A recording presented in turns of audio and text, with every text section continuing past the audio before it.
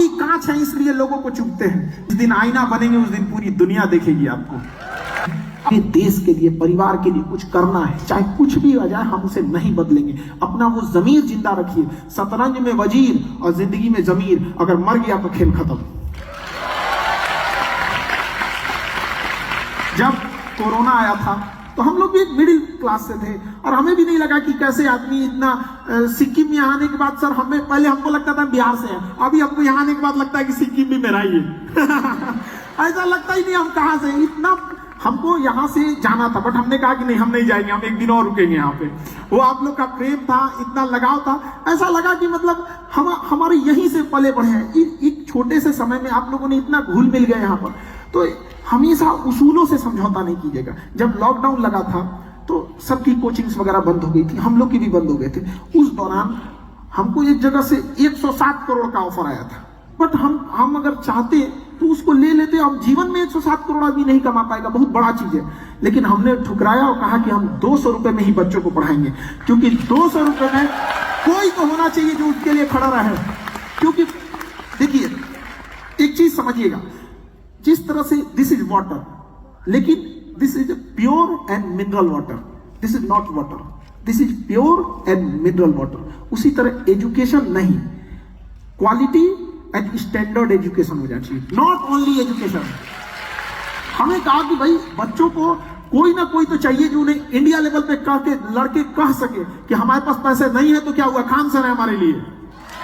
हम आज उस समय भी हमने 200 रुपए में भी लिखे, आज भी उतना में पढ़ाए हम, और बहुत खुश हैं उतना से यहाँ पर, क्योंकि कुछ करोड़ रुपए से आप अपना घर बना सकते थे, लेकिन उन्हें ठुकरा कर आज हमने करोड़ों हिंदुस्तानियों के दिल में अपना घर बना लिया। आपके सामने और पूरा खुला हुआ एकदम दुनिया है, आप जहां चाहें वहां जा सकते हैं आप लोग। लेकिन याद रखिएगा, जिंदगी एक कलम की तरह है, एक कलम की तरह है। इससे पहले कि इसकी स्याही खत्म हो जाए, एक कहानी लिख दीजिए कि आने वाली पीढ़ियां उस कहानी को पढ़कर दोहराए यहाँ पर। और यंग जनरेशन में कुछ चीजों का ध्यान रखना बहुत जरूरी है। अभी आप लोग ने यंग है तो क्या होता है ना, हर उम्र की ख्वाहिशें अलग होती हैं। बचपन में हमें खिलौना ही सबसे अच्छा लगता है, उसके सिवा कुछ नहीं।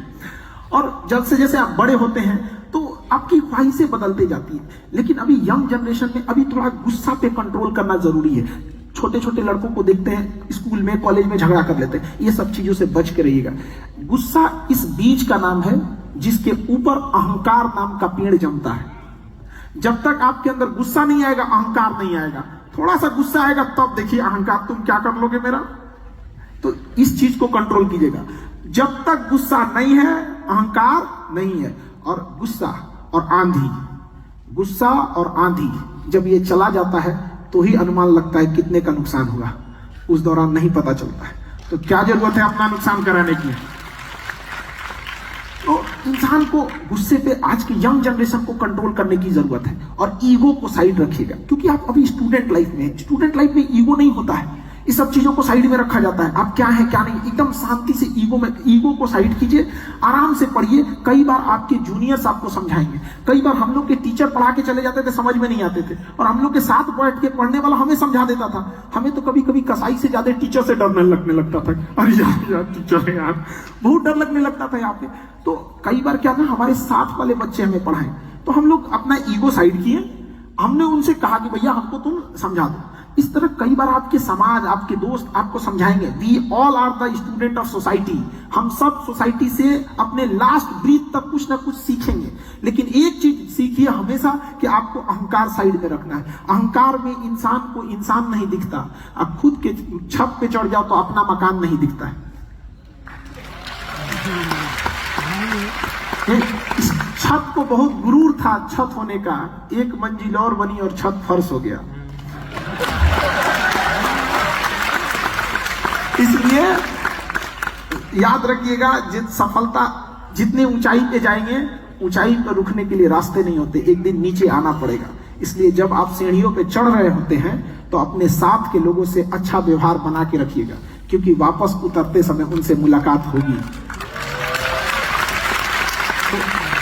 और ये शब्दों को थोड़ा सा, क्योंकि आप यंग जनरेशन है और यंग जनरेशन को छोटी छोटी चीजों पे ध्यान रखना चाहिए, हमेशा छोटी छोटी चीजों पे। क्योंकि इंसान को ठोकर छोटे पत्थरों से लगता है, कोई पहाड़ से थोड़ी टकरा जाता है। ठोकर उन्हीं से लगता है। छोटी छोटी चीजों पे ध्यान रखिएगा। भाषा का हम बोलना 3 साल में सीख जाते हैं, लेकिन क्या बोलना है ये जिंदगी भर सीखते हैं। इसलिए इस वर्ड पे बड़ा कमांड करिएगा यहाँ पे, वरना ये वर्ड ये जो हमें हमारी पहचान कराता है, वरना हम अंदर से क्या है क्या पता चलने वाला है। हमारी शब्द ही हमारा पहचान कराते हैं। और शब्दों का चयन ऐसा कीजिएगा कि अगर जिंदगी में वापस लेना पड़े तो तकलीफ ना हो वहां पे। इसका चयन थोड़ा सोच समझ के जरूर कीजिएगा। और बहुत सारी चीजें आएंगी, आपको रुकावटें आएंगी लाइफ में, आने दीजिए रुकावटें। आप रुकावटों के लिए नहीं बने हैं, ना ही आपका राज्य रुकावटों के लिए बना है। इतनी मुश्किलों के साथ भी मुस्कुराता हुआ खड़ा चेहरा ये देखकर सामने वाली मुसीबत का सर नीचे झुक जाएगा, यार क्या इंसान है ये लोग यहाँ पर। तो आप रुकावटों के लिए नहीं बने हैं यहाँ पे। अब कोई आपको नहीं रोक सकता है, क्योंकि दाना डाल के कबूतर फंसाया जाता है, बाज नहीं। इन्हें पिंजड़ा में बंद भी कर देगा तो पिंजड़ा सहित लेके उड़ जाएंगे उसे। तो इसलिए मन लगा के पढ़ाई करना है आप लोग को। एजुकेशन देखिए, अभी क्या है ना, एजुकेशन अभी देखिएगा, अभी जगह जगह साइंस डेवलप हो गया है। रडार में पता कर लेते हैं कि कौन सा जहाज है, कौन सी मिसाइल है, मेटल डिटेक्टर में पता चल जाता है। एजुकेशन एक ऐसा हथियार है ना जो किसी मेटल डिटेक्टर में नहीं पकड़ाता है।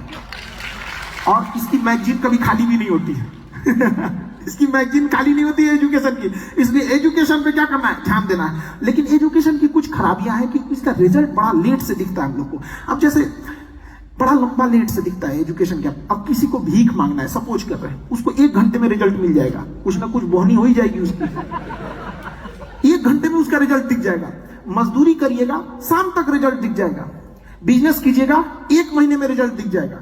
लेकिन एजुकेशन जब कीजिएगा 20 साल बाद रिजल्ट दिखेगा। लेकिन जब वो रिजल्ट होगा तो दुनिया देखेगी उस चीज को। एजुकेशन याद रखिएगा, बहुत जरूरी चीज होता है एजुकेशन। हीरा लाख महंगा होता है, हमें पता है कि हीरा महंगा होता है। कांच से तो महंगा होता है हीरा, लेकिन जब हीरा लोग पहनते हैं तो उसी कांच में देखते हैं कि कैसा लग रहा है। यहाँ पर अभी कांच है इसलिए लोगों को चुभते हैं, जिस दिन आईना बनेंगे उस दिन पूरी दुनिया देखेगी आपको।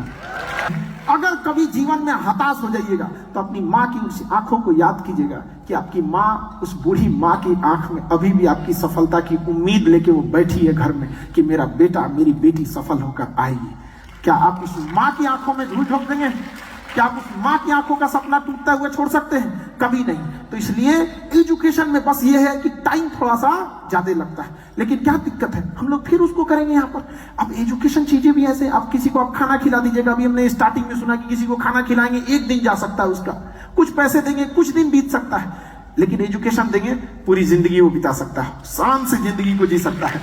इसलिए शिक्षा को कभी नहीं छोड़ना चाहिए, एजुकेशन को। और आप लोगों का एजुकेशन के प्रति इतना समर्पण, और सीएम सर आपको भी बहुत बहुत सर आपके आभारी, जो इन बच्चों के लिए आप मनोबल बढ़ाने के लिए यहाँ आए इतने व्यस्त कार्यक्रम में, जिससे कि इनका मनोबल और आगे बढ़ जाएगा यहाँ पर। और शिक्षा इतनी जरूरी चीज है कि शिक्षा उस शेरनी का दूध है जिसने पिया वो दहाड़ा है, और उसकी दहाड़ पूरी दुनिया सुनेगी यहाँ पर। आगे आने वाले कल में आप भी दहाड़िए, ताकि आपको आपके गांव और आपके राज्य पर आपको गर्व महसूस हो कि कल को फख्र से लोग कहें कि नहीं, ये लड़का मेरे स्टेट का रहने वाला था। आपकी सफलता इतनी बड़ी होनी चाहिए कि केवल आपका परिवार ना खुश हो, केवल आपका गांव और जिला ना खुश हो, बल्कि सफलता इतनी बड़ी हो कि आपका पूरा राज्य जश्न मनाए कि मेरे राज्य से ये लड़का गया था यहाँ पर। और कभी भी एक चीज ध्यान दीजिएगा ना, बहुत ज्यादा मॉडर्निटी के चक्कर में मत पड़िएगा। बहुत ज्यादा मॉडर्निटी के चक्कर में आजकल की लाइफ ना दिखावे की जिंदगी हो गई है। अरे दिखावे की, कि बड़े बड़े लोगों को देखिएगा, वो दिखाना नहीं चाहते हैं। बड़े बड़े लोग जो होते हैं ना, अमीर बनना चाहते हैं, अमीर दिखना नहीं चाहते हैं। दोनों में अंतर है, एक दिखने में, एक बनने में। तो आप बड़ा बनिए। और सबसे बड़ा अमीर कौन होता है? जिसके बगल में बैठे गरीब को भी आभास ना हो कि वो गरीब है, वो सबसे बड़ा अमीर होता है। सबसे अच्छा राज्य कौन है? जिसमें बाहर से आए व्यक्ति को आभास ना हो कि बाहर के राज्य से आया है। अब आप समझ गए होंगे हम कहना क्या चाहते हैं। सिक्किम, बिहार से आने के बाद हमें एहसास नहीं हुआ कि हम सिक्किम बाहर से हैं, मेरा अपना राज्य नहीं है। तो ये चीज में आपको हमें बताना नहीं पड़ेगा। तो इस चीजों को आप लोग खासा ध्यान रखिएगा। लाइफ, इंसान की अहमियत ना, एक जीरो देखिए, जीरो अकेले रहता है तो कोई अहमियत नहीं, बट जिसके बगल में खड़ा हो जाता है ना, उसकी वैल्यू बढ़ा देता है।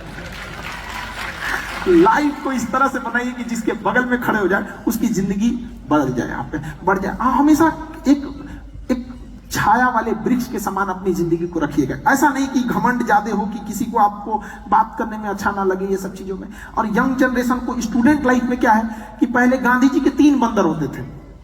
अभी चौथा बंदर की खोज हुई है, पता है कि नहीं? मोबाइल लेके बैठा है वो,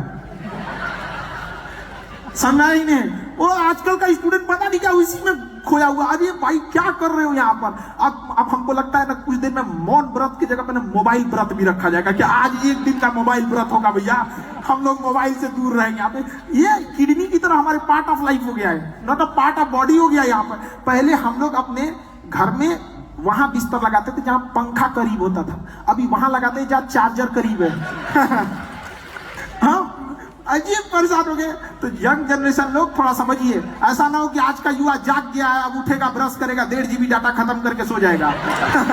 तो यंग जनरेशन को बहुत त्याग करने की जरूरत है। हम लोग जब स्टूडेंट लाइफ में थे ना, खूब टाइम टेबल बनाते थे, जब फ्रस्ट्रेट होते थे टाइम टेबल बनाते थे, अब पढ़ना है हमको, परिवार को बदलना है, एग्जाम क्रैक करना है, टॉप कर देना है, और 2 दिन टाइम टेबल फॉलो होता था, 2 दिन उससे ज्यादा फॉलो नहीं होता था।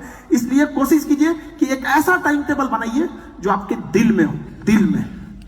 और एक बात जरा सोचिए, आप यंग जनरेशन है, पढ़ने के लिए आए, टाइम टेबल आपका इस बात का होना चाहिए कि खेलने कब जाएंगे, मोबाइल कब चलाएंगे।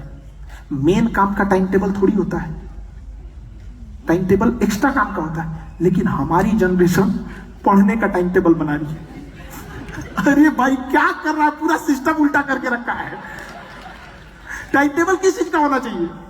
खेलने का, मोबाइल चलाने का, बाहर जाने का। पढ़ने का कोई टाइम टेबल होना चाहिए। भाई आप आए किस लिए? यंग जनरेशन है क्यों? पढ़ाई करने के लिए, यही मौका है। यही एक पढ़ाई ऐसा चीज है ना जिसमें उम्र मायने रखती है। एक उम्र जाने के बाद ना फिर टाइम टेबल बनाइए जो क्या हो, आपको दिल में छपा रहे, हमें पढ़ना है, खाली टाइम मिले उसे रिवीजन करते रहे। लेकिन आजकल का यंग जनरेशन इधर उधर बिगड़ गया है, लाल पीला हरा में चला गया है। तो उस चीजों से भी बच के रहना है। यहाँ पर रात को 12 बजे के बाद उसी की याद आती है जो जिंदगी में 12 बजा दिया होता है। पढ़ने की उम्र है, लाइफ में 75 आएंगे, जिंदगी भर साथ वही देगा जिसे पापा खोज के लाएंगे।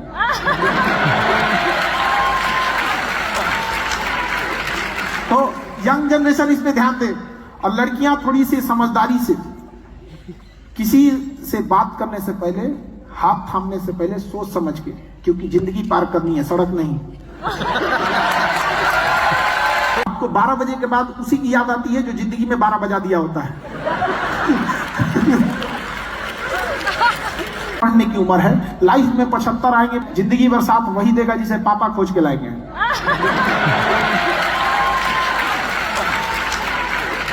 तो यंग जनरेशन इस पे ध्यान दे। और लड़कियां थोड़ी सी समझदारी से, किसी से बात करने से पहले, हाथ थामने से पहले सोच समझ के, क्योंकि जिंदगी पार करनी है, सड़क नहीं। तो कनाडा की यूनिवर्सिटी को $400 मिलियन का लॉस लगेगा। अब बताओ, ना किसी को डॉलर पता, ना किसी को मिलियन पता, वो बोल के चल गया $400 मिलियन। अरे काहे बोला यार, उससे अच्छा बोलता है कि ज्यादा पैसे का लॉस लगेगा। अब यही नहीं समझ में आता है। तो टीचर को भी समझना चाहिए कि स्टूडेंट को कम से कम मेहनत करना पड़े। अच्छा, जिसने बोला है $400 मिलियन, वो क्या उम्मीद किया है? एजम्पशन की दुनिया से ना बड़ी परेशानी है। भाई आप सीधे डॉलर को कन्वर्ट करो, आप मिलियन को कन्वर्ट करो यहाँ पर। तो टीचर भी यही करते हैं, उनको लगता है कि स्टूडेंट तो ऐसा कर लेगा, स्टूडेंट कर लेगा तो आपको बाहर भी कर देगा, जाइए आपकी जरूरत नहीं। जाइए आदर्श द्रव धारा रेखीय प्रवाह से प्रवाहित हो रहा है, सर दर्द कर गया। अरे सीधा बोलो भैया, स्पीड बढ़ाओगे तो प्रेशर घट जाएगा। अपने टीचर्स को भी कहेगा, सर हम मेहनत करने को तैयार हैं, आप भी घर से मेहनत करके आइए। जिस तरह से एक फिल्म डायरेक्टर होता है, देखिएगा उसको पता होता है कि कैसे फिल्म को रोचकता बताना है। अगर भूत वाला सीन आएगा तो देखिएगा हीरोइन सांस लेने लगेगी, समझा? अचानक इधर से घूमेगी ऐसे, इधर कोई उसको चेहरा दिखा, अरे भागो यहां से। तो ये टीचर की, ये एक फिल्म डायरेक्टर की कल्पनाएं हैं कि कैसे एक फिल्म को हम जिंदा कर सकते हैं पर्दे पर। उसके लिए वो 6 महीना साल भर मेहनत करता है। और यहाँ टीचर क्लास में घुसता, हाँ हाँ ठीक है ठीक है, बच्चों कहां तक पढ़ाए थे? अरे फिल्म फ्लॉप हो जाएगी आपकी। टीचर का भी योगदान है। जब स्टूडेंट टॉप करता है तो टीचर कॉलर उठा के कहते हैं कि मेरा स्टूडेंट था। तो फेल होता है तो कहिएगा कि मेरा स्टूडेंट था। तो अगर आपको पढ़ने में कमजोर है तो उसके एक हिस्से का जिम्मेदार और कौन भी है? तो भैया टीचर लोग अगर नाराज हो जाएंगे तो हम माफी मांगते हैं। लेकिन ये है, एक अच्छा टीचर स्टूडेंट का अच्छा दोस्त होता है।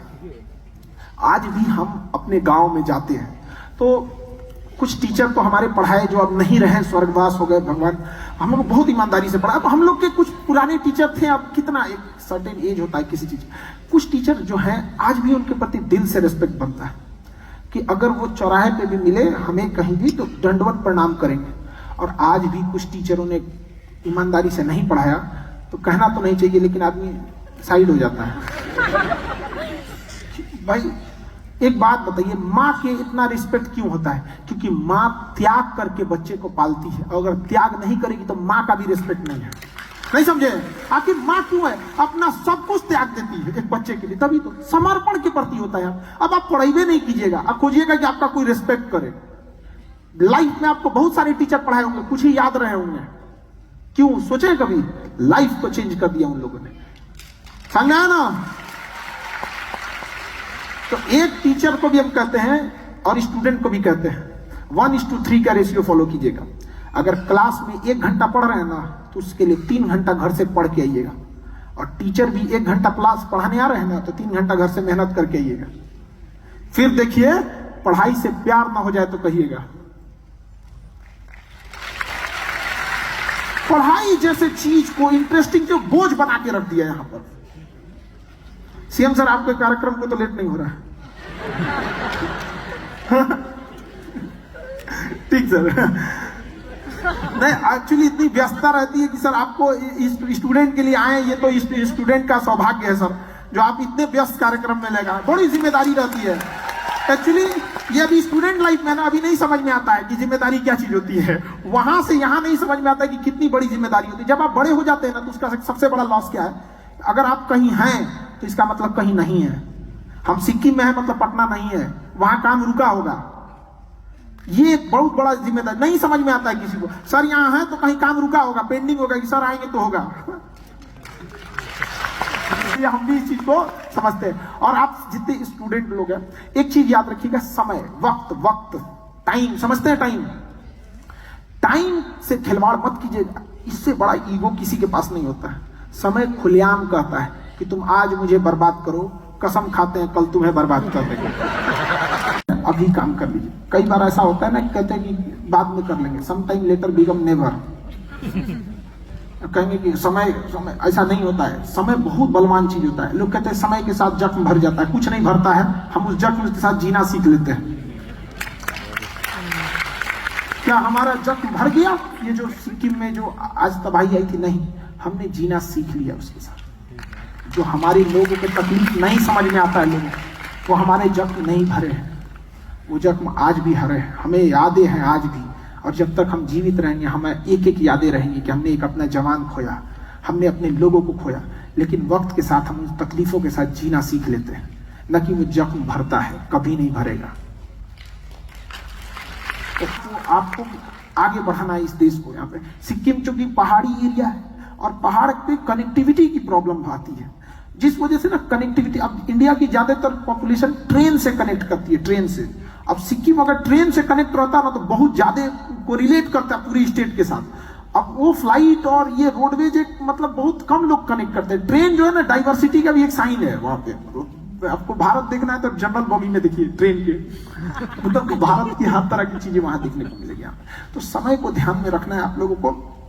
समय को कभी भी बर्बाद होने नहीं दीजिएगा। यहाँ पर टालिएगा नहीं वर्क को। देखिए कौन इंसान असफल होगा ना, उसकी एक सिंपल सी पहचान है, वो चीज को टाल देगा, बाद में करेंगे। और सफल लोगों को देखिएगा, चाहे जितना भी बिजी अल्लाह कर देते हैं, तुरंत कभी भी वक्त नहीं टालिएगा। जिसने कहा कल दिन गया टल, जिसने कहा परसों बीत गए बरसों, जिसने कहा आज उसी ने किया राज। आप लोग कभी यंग जनरेशन है ना, अभी यंग जनरेशन में लगता है कि नहीं अरे हम कल करेंगे बाद में करेंगे, ये सब चीजें नहीं होनी चाहिए। लाइफ में सबके स्ट्रगल आता है, समझ आगे कि नहीं आपके? तो स्ट्रगल सबके आना लाइफ में पार्ट है। और जिनके लाइफ में स्ट्रगल आ रहा है ना, उनको समझिएगा कि वो आगे चल के एक बहुत महान व्यक्ति बनने वाला है। क्योंकि ये ना महान लोगों की जिंदगी का हिस्सा होता है। फिल्म डायरेक्टर जब फिल्म बनाता है ना, तो फिल्म में जो सबसे टफ रोल होता है ना, वो बड़े हीरो को देता है। तो ऊपर वाले ने भी अगर आपको टफ रोल दिया है, मतलब बड़े हीरो हैं आप। कहां से सुपर हिट होने वाला है फिल्म? यहाँ पे डर जाता है। कुछ लड़कों को देखते ही आजकल सोसाइटी रेशियो स्टूडेंट में क्या, अरे क्या बात करते हो आप? सफलता चांद सूरज को ग्रहण लगता है, तो आदमी किस डेगची का मसाला है जी? हम लोग क्या है, चांद सूरज को ग्रहण लगता है। सफल मुश्किलें आएंगी, अब भाग जाइएगा मैदान छोड़ के, तो जीतेगा कौन? नहीं जीत सकते ना कभी भी। इसलिए कभी भी हार नहीं मानिएगा। गुच्छे की आखिरी चाबी भी ना ताला खोल देती है कभी कभी। थक जाइएगा यार, पूरा गुच्छा ट्राई कर दिया आपने, ये थोड़ा सा कभी भी यंग जनरेशन को इस पे ज्यादा समझ लग जाए। हम लोगों के भी लाइफ में भी स्ट्रगल आया था, और एक समय था कि हम लोग पटना में रूम ढूंढने गए तो रूमें नहीं दे रहा था कोई। यहां तक भी हम लोगों ने सब स्ट्रगल देखा। तो क्या भाग जाएंगे? पटना में बम चला दिया गया हमारे ऊपर, ऑफिसे उड़िया गया हम लोग का। फिल्म में देखे थे हम, फिल्म में देखे थे। भागो यहां से, ये कम फी में पढ़ा रहा है, हम लोग का बिजनेस खत्म हो जाएगा। उड़ा दिया सब ऑफिस। हम देख रहे थे, अरे हम ऐसे हमको लगा सपना देख रहे हैं क्या यार? एक टीचर को क्यों उड़ा दिया तुम लोग? यहाँ पर भागना पड़ा हमको। तो एक कह रहा है सर पैर के पास आपके भागिए। एक फेंका था, पैर के पास में था मेरे, वो नहीं फटा था, वो रेस्पेक्ट कर रहा था।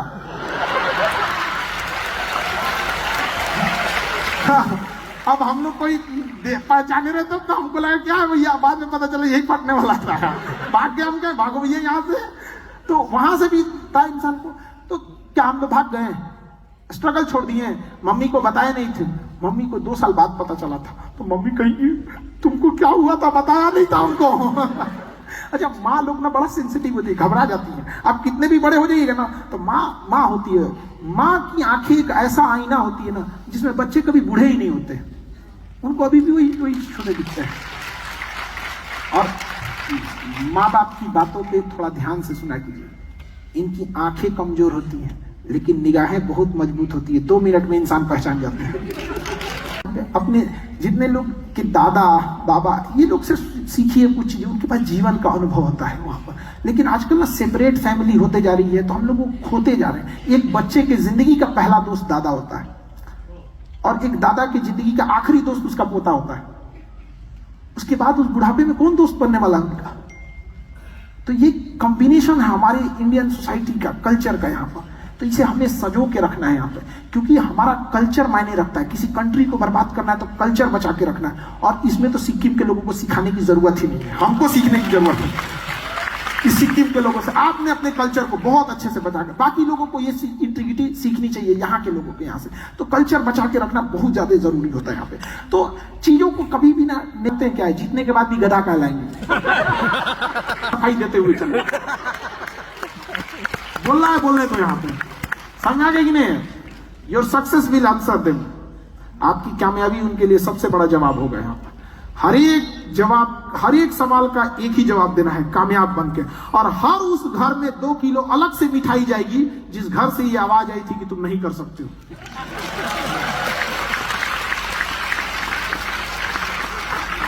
इसलिए लगन से पढ़िए, मेहनत करते रहिए। हम लोगों को भी बहुत सारी बातें सुनने को मिलती है। एक आदमी तो कह रहे थे कि लॉकडाउन में 2 महामारी आया, टीचर थे कुछ कह रहे 2 महामारी आया, एक कोरोना एक खान सर। हम कहा है कमाना ही बंद हो गया। तो भाई एक एजुकेशन एक अधिकार है, और केवल एजुकेशन नहीं, जैसे हमने बताया ना, पानी नहीं, प्योर एंड मिनरल वाटर, उसी तरह से अच्छी और सस्ती एजुकेशन, पर ये आपका अधिकार है। और इसके लिए आप इतना बड़ा यूथ है आप लोग तो मिसाल बनेंगे। उम्मीद करते हैं कि हम फिर आए ना, तो आप में से किसी की कहानियां हम यहाँ आके सुनाए यहाँ पर, तो बेहतर होगा यहाँ पे कि आप लोग में से कल आए और पूरे राज्य का नाम रोशन करें यहाँ पर, जिससे बेहतर होगा यहाँ पे कहानी। देखिए, संघर्ष सबके लाइफ में आता है, ऐसा कोई नहीं हो सकता है जिसके ऊपर संघर्ष नहीं पड़ा। याद रखिएगा, उस पत्थर की पूजा कभी नहीं होती है जिसने कभी छीनी हथौड़ी की चोट ना खाई हो, क्योंकि मूर्त बनने से पहले बहुत चोट खाना पड़ता है। तो याद रखिएगा, अगर आप चोट नहीं खा सकते हैं तो कभी मूर्त नहीं बनेंगे और कभी आपकी पूजा नहीं होगी। ठीक है, इन्हीं बातों के साथ हम अपनी वाणी को विराम देते हैं। नमस्ते सिक्किम। आपसे आगे निकल जाएगी। ट्रेन का इंजन जो होता है ना, ट्रेन का इंजन Sir, I am वो like, डिब्बों के भरोसे नहीं रहता है, yes, sir. खींच के ले जाता है उनको यहाँ पर। Sir, like, बस एक क्वेश्चन भी और है, so आप बुरा ना माने तो। नहीं नहीं नहीं, ये Thank you. एक दो साल पहले की बात है कि कुछ लोगों ने धमकी भरे लहजे में हमसे पूछा था जी सर। कि बताओ नाम क्या है तुम्हारा। तो हमको वो चीज बहुत खराब लगी कि हम एक शिक्षक हैं, हमारा सबसे बड़ा काम क्या है, बच्चों को पढ़ाना, हमको धमकी भरे लहजे में बोलेगा तो आप बताइए क्या बर्दाश्त होने वाली चीज है। तो हमने उन धमकी, देखिए हमें आपसे पूरा प्रेम है, हम आपको पूरी बातों से सहमत हैं, आपका अधिकार भी है, लेकिन हम उन धमकी भरे लोगों को ये दिखाना चाहते हैं कि तुम एड़ी से चोटी लगा लो, जिस दिन तुम धमकी दिए थे प्यार से नहीं, जब तक बताओगे पता ही नहीं चलेगा। Thank you so much, sir. But आपके माध्यम से उनको भी पता चल जाएगा, समझा कि नहीं गया यहाँ पे। बाकी हम आपको एक छोटा सा हिस्ट्री में बताना चाहते हैं कि जब जनरल डायर ने जलियांवाला बाग में हत्या किया था ना, तो इंग्लैंड चला गया था हत्या करने के बाद। उसके 21 साल बाद उधम सिंह जाके इंग्लैंड में उसके घर में उसको गोली मार दिया, घर में गोली मार दिया। और जज साहब ने पूछा था ना कि बताओ तुम्हारा नाम क्या है, तो उन्होंने कहा था राम मोहम्मद सिंह आजाद, राम मोहम्मद सिंह आजाद, समझा। और सिक्किम से तो ये चीज सीखने की जरूरत है, हम सब एक हैं, अलग अलग एथनिक हैं, अलग अलग कल्चर है, लेकिन हम सब क्या हैं, एक हैं। आप जिस तरह बुला सकते हैं, ठीक है, थैंक यू ना। सबके दिमाग में यही रहता है, एक पानी गिराइएगा ना, यहां अगर हम एक बाल्टी पानी गिरा दे, इधर देखो बबनी, हमारे बिहारी भाषा में ना छोटी लड़की को बबनी बोला जाता है, समझे। हम सब एक दूसरे कल्चर को समझते, ठीक है, समझिए। अगर हम यहाँ एक बाल्टी पानी गिरा दे तो किधर जाएगा, जिधर ढाल होगा, जिधर स्लोप होगा, अपने से रास्ता ढूंढ लेगा कि नहीं, कि कहेगा कि हमको मोटिवेशन चाहिए किधर जाए। हमको मोटिवेशन, बिना मोटिवेशन नहीं जाएगा। तो समझिए, जब जिंदगी में तकलीफ आएगी तो आप ऑटोमेटिक उधर चले जाएंगे जिसके आप काबिल हैं, जो आपका हुनर है, आप ऑटोमेटिक उधर चले जाएंगे, जो आपके अंदर काबिलियत है। सीएम सर, आप टीचर रहे थे तो आप यहाँ आए, कैसे आ गए आपको भी नहीं पता चला, क्योंकि आपके अंदर वो काबिलियत थी, आप यहाँ आ गए यहाँ पे। वैसे ही हम लोग भी क्या थे, हम लोग को क्या था कुछ पता, नॉर्मल एक पुअर फैमिली से आए और दिक्कत ये हो गया कि भैया कुछ ना कुछ तो करना पड़ेगा यहाँ पे, तो कुछ करना चालू किया आदमी। वो वेल्डिंग होती है, वेल्डिंग, उसको जब वेल्डिंग करते थे तो उसको समझाते थे, जिनकी दुकान थी वेल्डिंग वाले की, कि देखो यहां से ना मजबूत रहेगा, इधर से करिएगा तो स्ट्रेंथ ज्यादा आएगा, कहेगा तुम उस्ताद को समझाता है, काम कर। अभी तो नॉलेज की कोई कीमत ही नहीं है यहाँ पे। तो फिर आदमी कहाँ जाएगा, जहां नॉलेज का काम है। तो आदमी धीरे धीरे पढ़ाना चालू किया और धीरे धीरे पता नहीं यहाँ कैसे, हम तो आज भी अपने आप को वही देखते हैं एक टीचर, आप लोग कैसे देखते हैं, हमको कैसे पता चलेगा। तो हम तो आज भी वही हैं जो कहाँ कल थे। और शिक्षक और सड़क खुद अपने जगह पे रहते हैं, दूसरे को मंजिल तक पहुंचा देते हैं। हम कल भी वही थे, आज भी वही हैं। कल आप को एक बड़े अधिकारी, एक बड़े इंसान बन के आइएगा, आप अपने मंजिल पे चले जाइएगा, हमको वहीं पाइएगा। Focus in any field, not only education. आप जिस फील्ड में हैं आपको फोकस्ड रहना होगा, अपना सबसे ज्यादा समय देना होगा।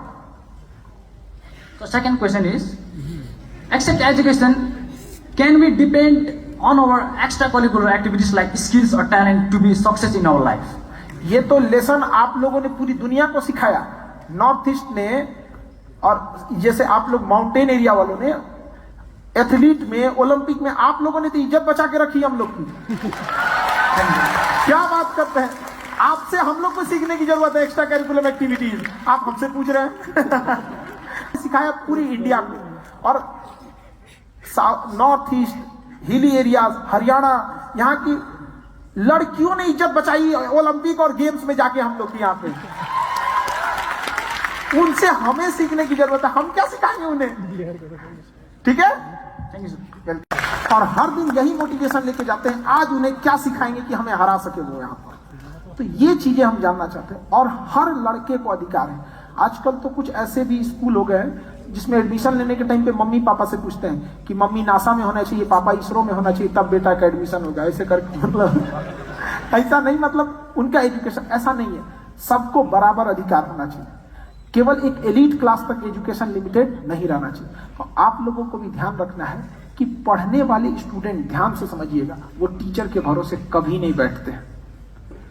इसलिए जो टॉपर्स जिनके ऊपर टीचर अतराते हैं ना, याद रखिएगा आपके भरोसे वो बैठे भी नहीं थे। एम्स, IIT, इसमें क्रीम लड़के ही जाते हैं, ये अपने से इतने क्रीम होते हैं कि अपने से कर लेंगे, इनमें टीचर का बहुत बड़ा योगदान नहीं है।